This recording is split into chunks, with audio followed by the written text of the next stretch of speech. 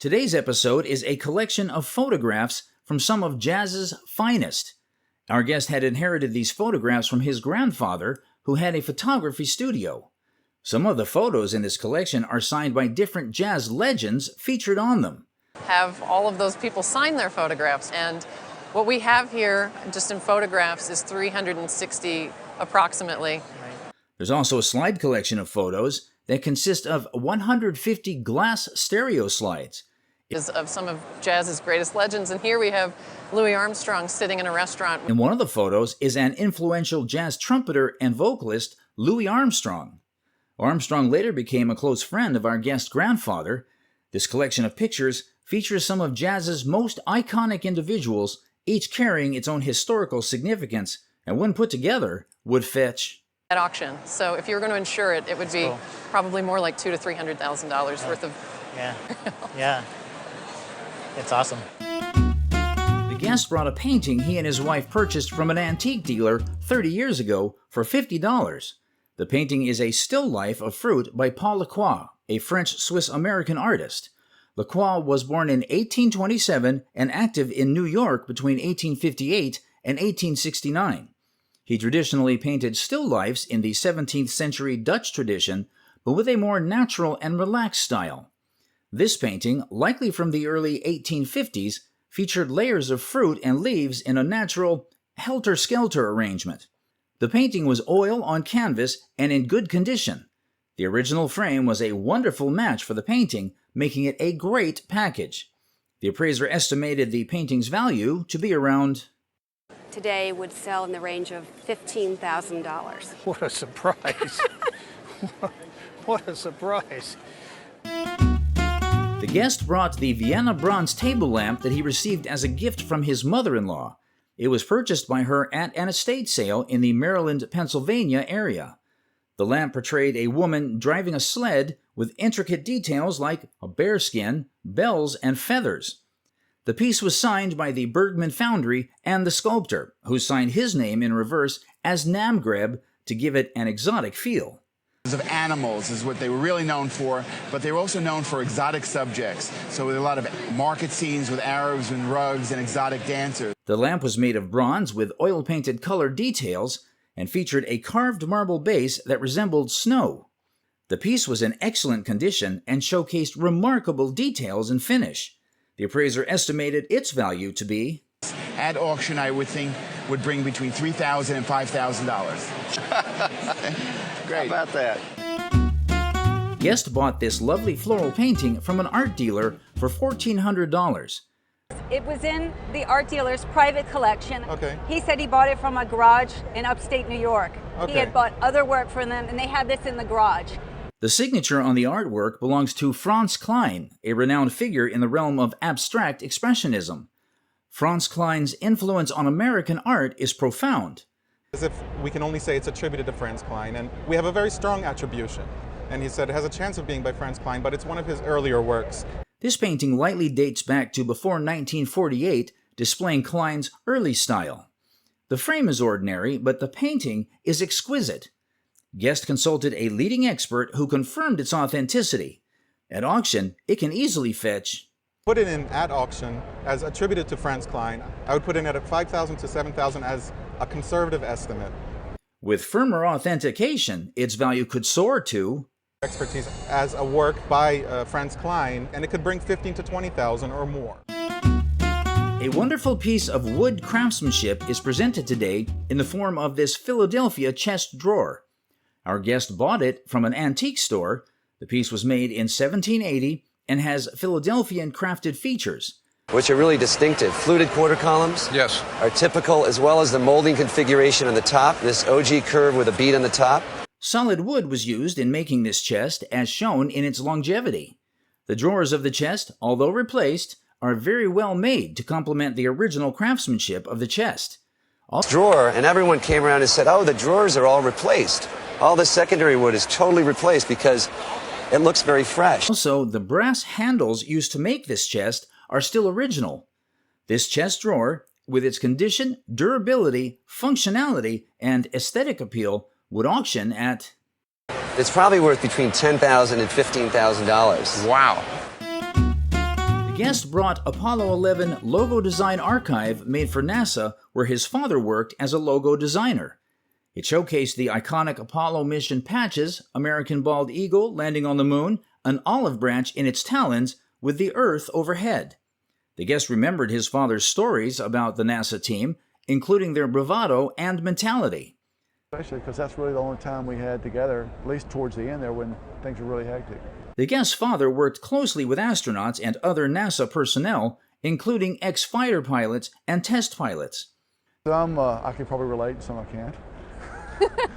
The guest's father's work on logo designs and patches was a small but crucial part of the larger NASA team effort. Its value was estimated to be, You were saying for this stuff here, $3,000 to $5,000?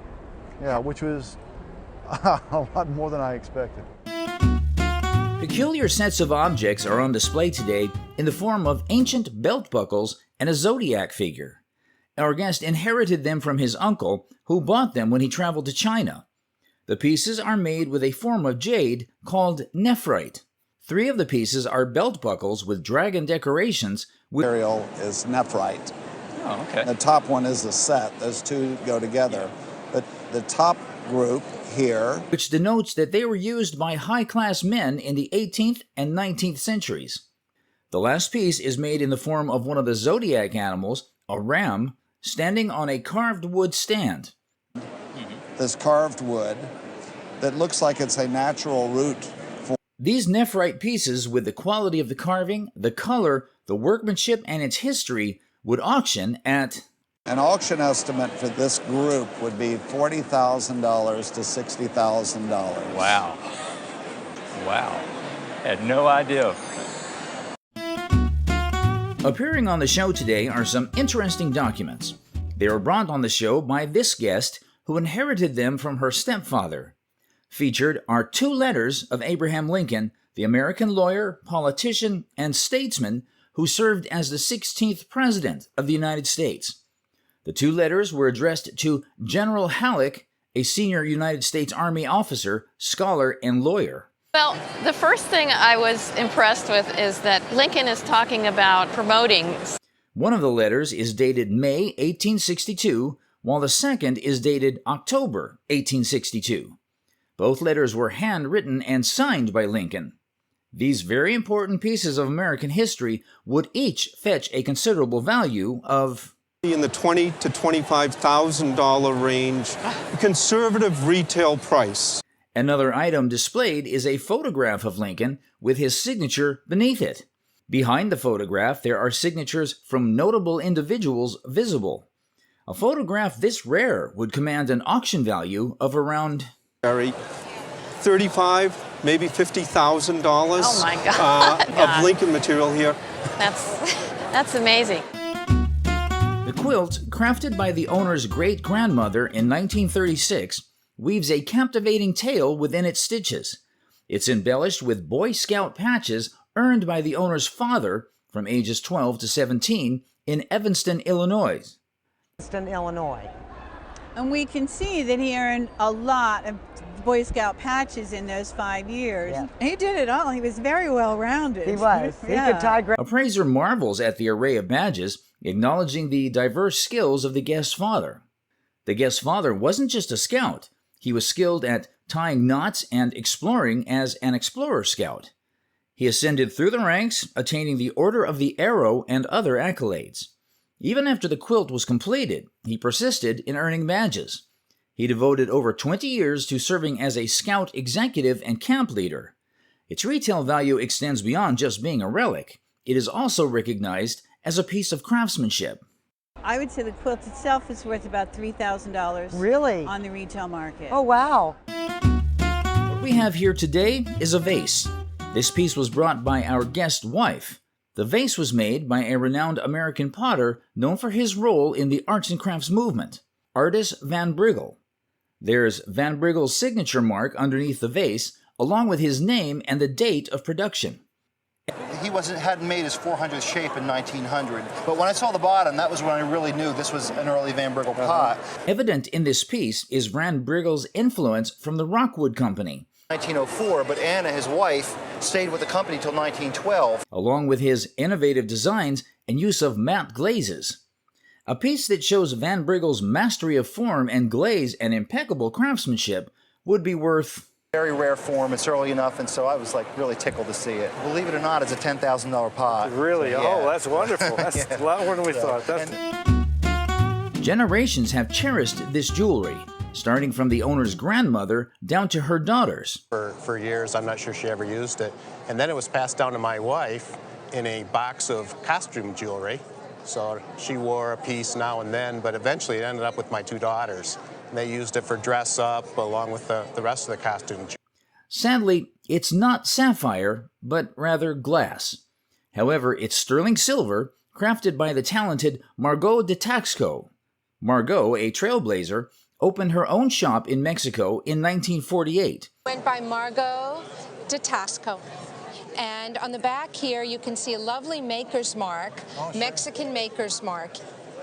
Inspired by Egyptian, Art Nouveau, Art Deco, and Mexican designs, her creations are timeless. This jewelry serves as a testament to Mexican craftsmanship. It includes a bracelet, pin, pendant, and necklace, showcasing great craftsmanship. Though the earrings have undergone some alterations, they still hold significant value. Despite the alterations, the set is estimated to be... In 1985 for $3,000. Oh, wow. No kidding. Once gleaming allure of this jewelry has dimmed, now valued at a modest $2,200. The guest's great-great-grandfather, Captain J.B. Reed, passed down these items, which originated from the state of Maine, the guest home state. These artifacts were related to the family's ship, the A.G. Jewett of Belfast, Maine, commanded by Captain J.B. Reed, during its maiden voyage to the Bay of Marseille, France, in October 1866. The ship was constructed in Addison, Maine, and was a brig primarily engaged in commerce. The model vessel was beautifully done by someone who knew the ship inside out. The painting, presumed to be a watercolor on paper, was likely done by a port painter in Marseille, as was the custom for American ships visiting foreign ports. The appraiser suggested that the ship's owner may have been Mr. Jewett, a successful lumberman and lawyer from Maine who had diplomatic ties with Peru during President Polk's administration. The vessel met its end during a storm near Cape Hatteras in February 1884 while en route to Cuba, carrying sugar, machinery, and coal. Despite the tragedy, the artifacts held significant historical and sentimental value to the guest family. Leaving the guests speechless, the appraiser estimated their combined worth at auction to be... At auction, they would bring between $10,000 and $12,000 for the two of them. You're kidding? No, I'm being very serious. Wow. Yes. Today's show features a Rookwood Scenic Vellum plaque. This piece was discovered by our guest in a filthy shed. Crafted in 1918 by Sally Coyne of Rookwood Pottery. And Sally Coyne was with them from the 1890s all the way until 1936. Known for their diverse works in various glazes and styles.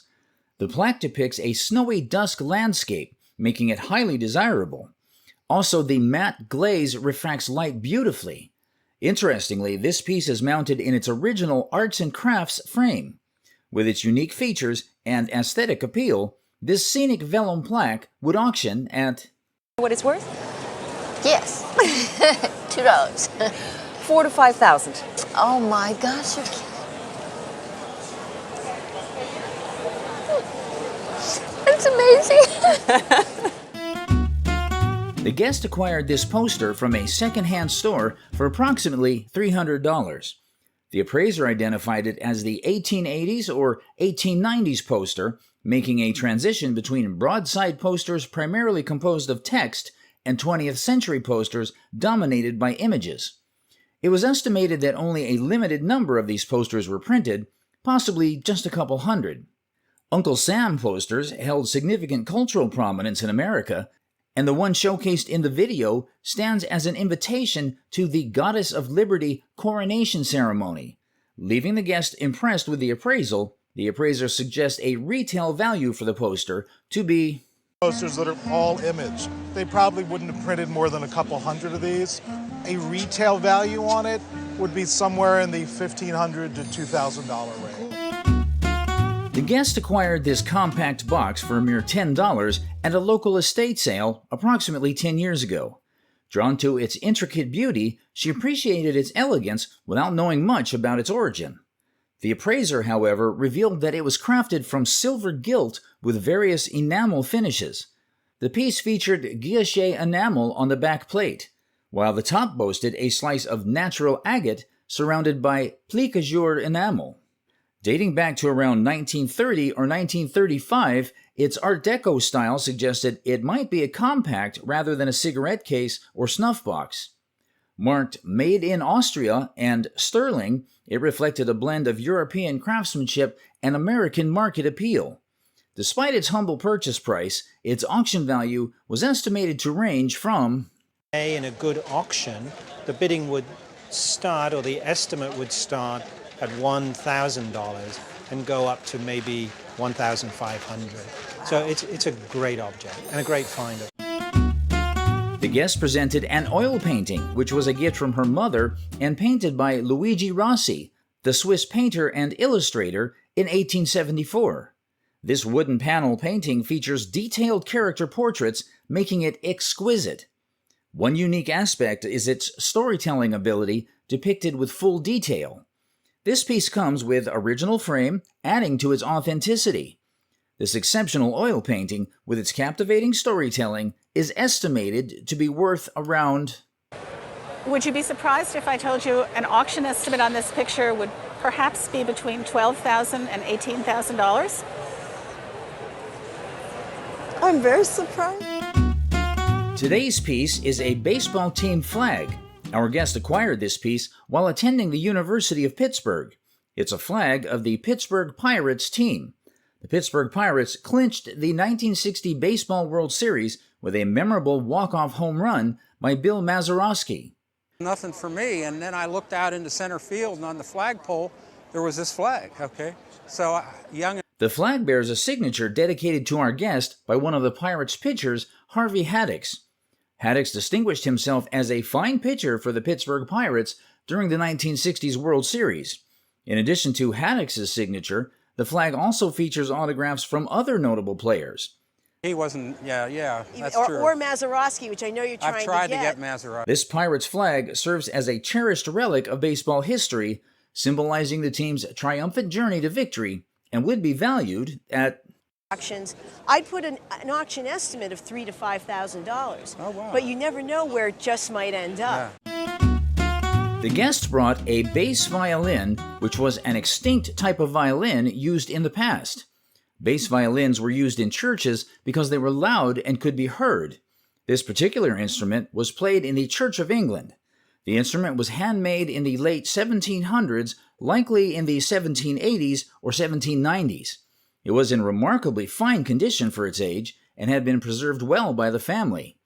The belly of the instrument was made of mahogany, which is unusual because most violins had a spruce top. Mahogany was not a particularly resonant wood, but it was chosen to preserve the instrument. The instrument's narrow ribs and design allowed for projection and loud sound.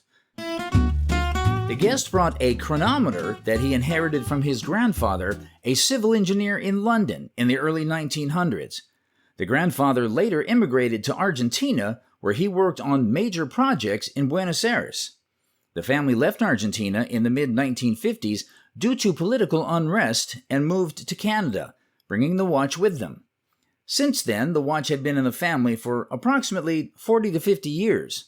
The chronometer was made of 18-karat gold and was manufactured in Switzerland around 1880 by Drogeno Fils, a high-quality watchmaker. Revolution, so we moved to Canada, actually, and my father brought this watch with him. This watch was highly technical and would have been used in marine navigation or by someone who appreciated its precision timekeeping.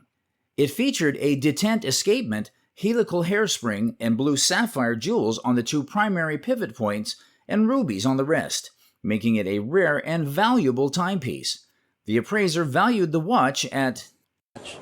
I would appraise this at a collector's show at approximately $2,500 to $4,000. Much more than that. Okay. Well, thank you for bringing it to the Roadshow. Today's episode, we're presented with a toy bus. Our guest was given this bus by a close friend of his. The piece was made by the Turner Toy Company. Turner Toy Company was renowned for its high quality and innovative toys. Trucks, but nothing this early. This is the early pressed steel. Right. Made this piece in the 1920s. The pressed steel of the piece was made by Buddy L. You know, Buddy L made buses, and Buddy L made the big pressed steel stuff. Right. Buddy L was a brand founded in the early 20th century and gained popularity for its durable and realistic toy designs. Based on this piece's exceptional condition, rarity, as well as its iconic design, it would be auctioned at auction were $5,000 and $6,000. No way. These are New York Yankees baseball jerseys. Our guest received these uniforms when he was a clubhouse boy. Life. And so I got the job as being a clubhouse boy. I polished shoes, washed the liners, and after the league ended 3 years later, the uniforms were just left. And honestly, I didn't really know. The two jerseys presented belong to two of the greatest baseball players of all time. The first jersey, with the number 16, belongs to Edward Charles Whitey Ford. Whitey Ford was considered the greatest pitcher in 1961. He was a 10-time All-Star and 6-time World Series champion. In 1961, he won both the Cy Young Award and World Series Most Valuable Player Award. The second jersey, with the number 8, belongs to Lawrence Peter Yogi Berra. Yogi was also a phenomenal player for the Yankees. He was an 18-time All-Star and won 10 World Series championships as a player, more than any other player in Major League Baseball history. Although some wear and tear is present on these jerseys, belonging to two Hall of Fame baseball players at an auction would be worth at least To the top, I would place an insurance value of $100,000 on this jersey. My. We're going to be somewhat valuable, but I didn't realize. Today's episode, two Slag glass lamps are presented. The first lamp was given to our guest by her father-in-law. This particular lamp was crafted by the Handel Glass Manufacturing Company. Handel Company was well known for producing high-quality decorative lamps and glassware. The lamp bears two markings, one on the rim and the other on the base, indicating Handel's company origin. Belt sticker, and it also has the Handel mark right here. The second piece was inherited by our guest. This piece lacks markings, but was crafted with the same slag glass as the Handel lamp, suggesting it was made around the same time. Slag glass, a less elaborate overlay. Well, as Tiffany lamps are becoming more and more valuable. These two slag glass lamps, each with their detailed designs and craftsmanship, would collectively be valued considerably more. We would do very well with this lamp and probably get somewhere between $3,000 and $5,000 at That's very nice. That's great. Displayed on the show are 5 vintage dolls brought by this guest, which have been in her family for many years. These dolls date back to the early 19th century and originate from Germany. 3 of the dolls were made by a company called Altbeck and Gottschalk, while another displayed is a German china head made by a company called Kling. However, all but one of these dolls have closed mouths, open mouth being a feature desired by collectors. Furthermore, one of the dolls still has its original clothes, wig, and shoes, estimated to be worth It's probably from $1,200 to $1,500.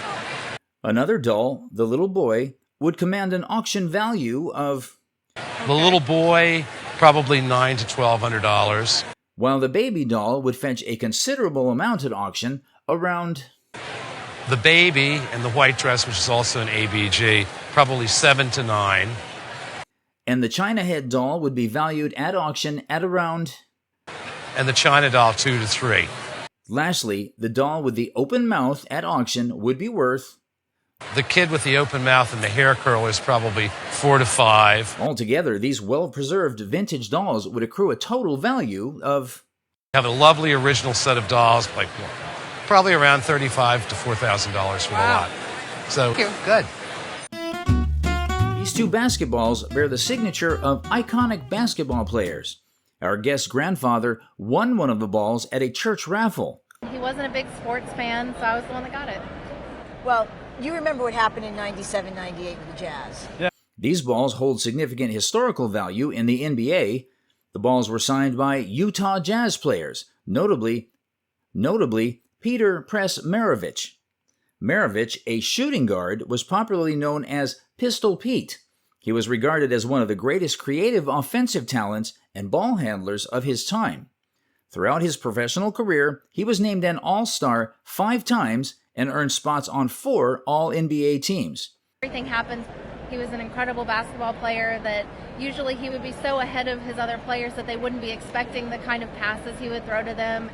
These two basketballs, autographed by iconic players whose records laid the foundations for the modern game, are estimated to be worth... Insuring the Maravich ball, I would probably put a value of about $7,000. Holy Today we are presented with New England highboy furniture. This piece was passed down to our guest from her grandparents. Made in northern New England, this piece was primarily made with maple wood. Primary wood is maple, stained to look like mahogany, a more precious wood. The two sections of this piece were made at different times, but with the same techniques. The cresting rail of the piece has been placed with a Victorian-made one. This New England highboy embodies the charm and sophistication of early American furniture design with sturdy construction and would be valued at... Today, on the auction market, the piece would be worth about $1,000 to $1,500. Wow. The embroidered shirt showcased on the show by this guest has been in her family for generations. Interestingly, the vest was made by a maid of the Lord of Fort North, and it dates back to the early 18th century. The piece was woven from linen and silk and adorned with beautiful floral designs. This piece depicts an intercontinental interpretation of Asian influence. They're medium as well, but you see a lot of that influence right down the center of the garment. Yes. However, there's some visible discoloration near the vest collar region. Nevertheless, this item has a rich history behind it, and the minimal wear it has incurred doesn't affect its value. At auction, it is estimated to be worth... that conservatively $3,000 to $5,000 in the auction market, in the fair market value world. Right.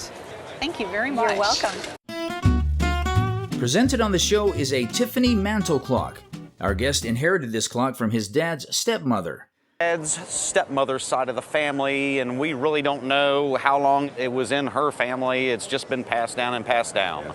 This clock was retailed by Tiffany & Company, which was founded by the renowned American luxury jeweler Charles Louis Tiffany.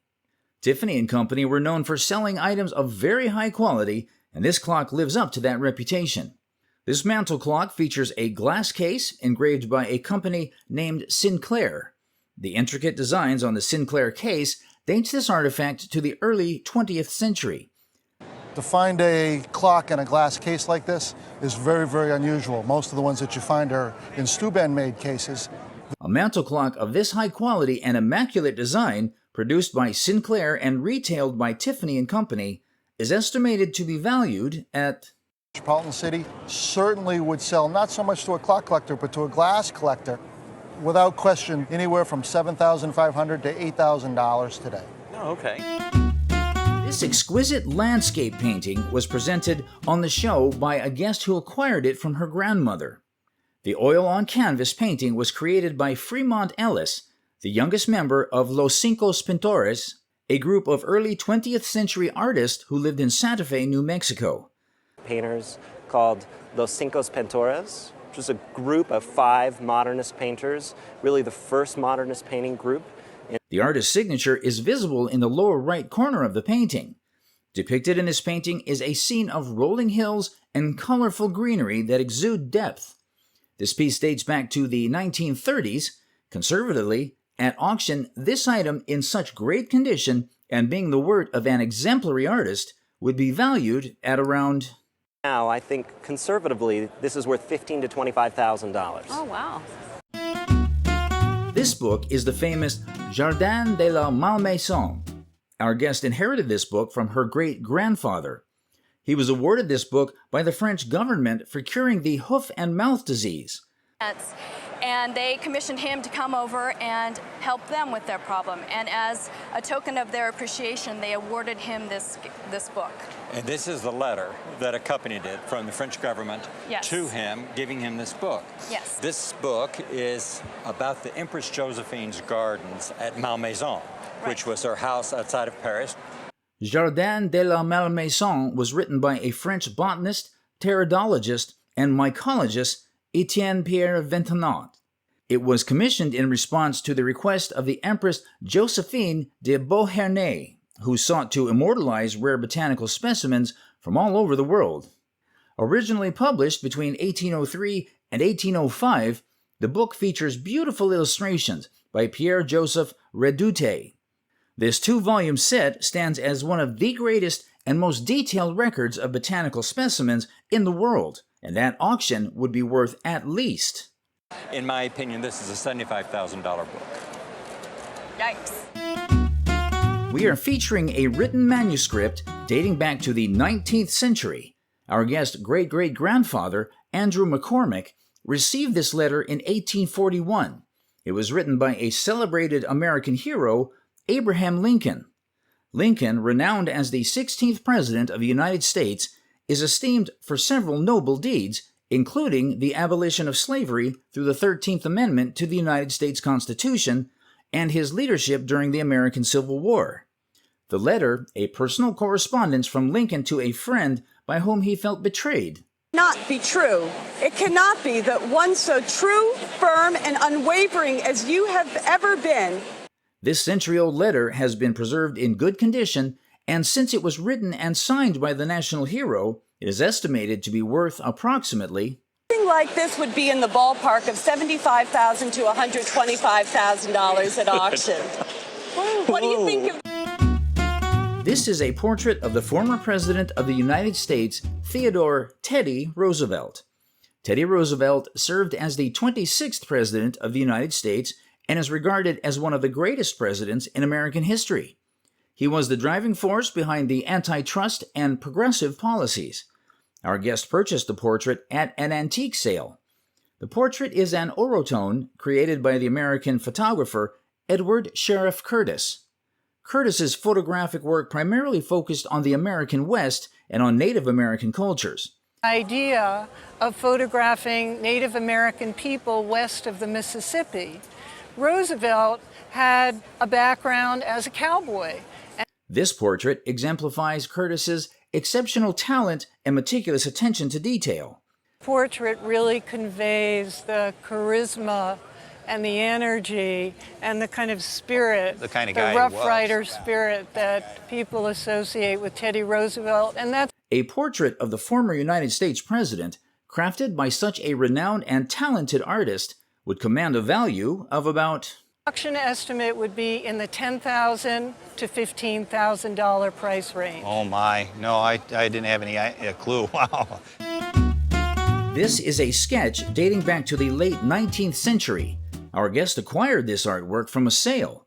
An area where I used to go vacation up in Monterey. It was stacked just haphazardly with a bunch of junk. This sketch was created and signed by Raymond Dabb Yelland. Born in London, England, Yelland was an American landscape painter and art instructor renowned for his specialization in depicting the seashores and mountains of Northern California. He was widely acclaimed for his exceptional talent and unique painting style. And then moved to the San Francisco area, and he taught here. He developed a type of painting, California coastal painting. This is a classic down the center, A1.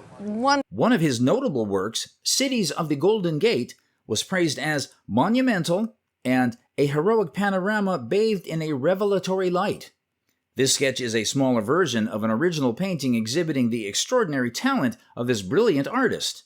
Although the sketch has collected some wear over time, this piece from the 19th century retains its significant value, estimated at least... Even in this condition, I'd expect this to sell for about $15,000 at auction. No, no way.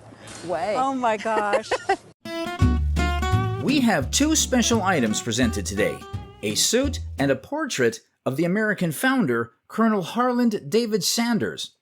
Colonel Sanders was an American businessman and founder of fast food chicken restaurant chain Kentucky Fried Chicken. Our guest received this suit as a memento from the businessman. Absolutely. I'll be glad to loan you one. So I dressed up like him. I went over and he was just thrilled to death at how I looked. Along with the suit, our guest also received a reprint of a canvas personally signed and dated by Colonel Sanders. As an autograph from the renowned businessman, its value is estimated to be... It would bring between $30,000 and $50,000. My gosh, you're kidding me. The white suit and necktie, originally belonging to Colonel Sanders, is a remarkable piece. Holding dear memories of the businessman, at an auction, they are expected to cost between... The shirt, and it's sold for charity for $80,000. Oh my gosh. Featured on the show are some books brought by this guest, which she acquired from her husband. These books were the works of Richard Burton, a British explorer, writer, Orientalist, scholar, and soldier. Contained within these books are the records of a pilgrimage to Mecca that Burton undertook, despite great risk due to his status as a non-believer. The punishment for a non-believer going on the pilgrimage is death. These 3 volumes launched Burton's career in the 19th century. The physical condition of these books is truly remarkable. Best examples of this set that I found. If you look at the bindings of the gilt here is very bright. This is the original cloth, the way it came from the publisher. There's a realistic possibility that these well-preserved books, being the works of a great explorer, would be valued at auction at around... A great set like this in this condition today would easily sell at auction between $10,000 and $15,000. Oh my without goodness. a doubt. So. Displayed on the show is an ornate necklace which was collected by this guest years ago. This piece is Victorian puff hearts jewelry, and this style of jewelry making became vogue in the late 1800s. Upon further inspection, we can see little padlocks and heart-shaped medals visibly. The necklace is adorned with 38 little heart-shaped pieces and a small Bible. It has a tiny heart lock on it. Oh, I see the lock on the side of the book there. That's very charming. Considering the era in which this item was made, it is in pristine condition. A piece of jewelry like this really gives us a glimpse into the style and craftsmanship of a bygone era and is estimated to be worth... I'd say on today's market, on a retail level, this piece would be worth about $3,500. I'm astounded. I'm just astounded. A kettle was brought to the show by a guest who was curious about its worth. A great example of early American copper. I see a lot of this on the market, but most of it is not marked. The appraiser identified it as an example of an early American copper piece.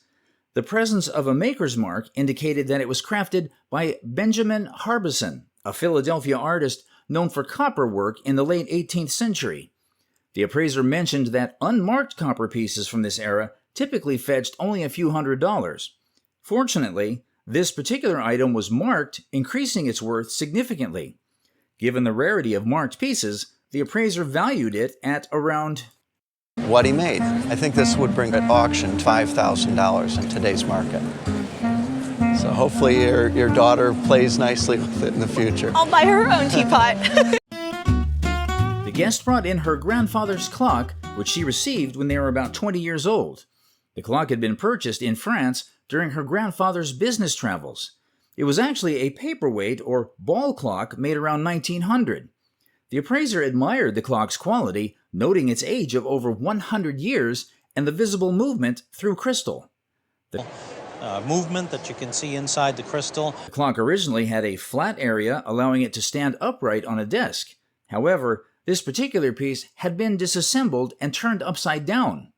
The marked piece featured a unique pedestal with a dog's head and bronze detailing elevating its value.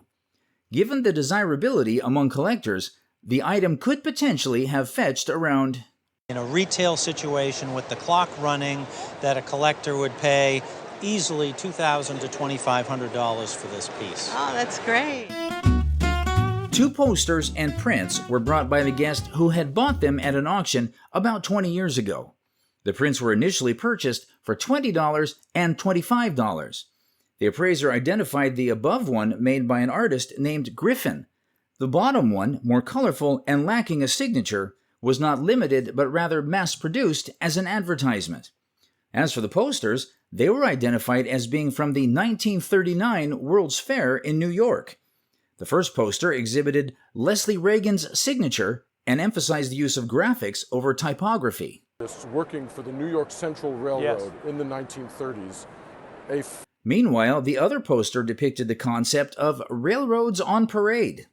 The anonymously created piece featured extravagant language and depicted old and modern trains. A fair auction estimate for the pieces would have been around...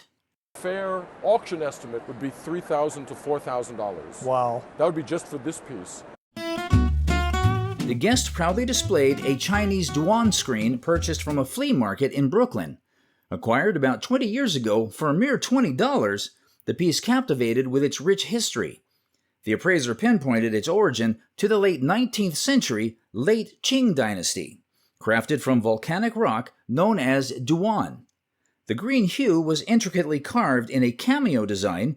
It showcased various natural elements such as mountain peaks, pine and tree blossoms, and a pine tree issuing from the rock base. Although initially mounted with iron painting hooks, its original intent was for placement on a reticulated bracket base.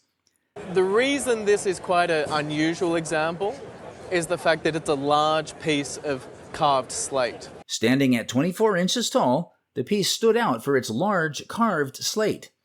The appraiser underscored the scarcity and value of such large Duan stone carvings. The size significantly boosted the estimated auction value to be around... In today's economy, at auction, this would be worth between $7,000 and $10,000. Wow.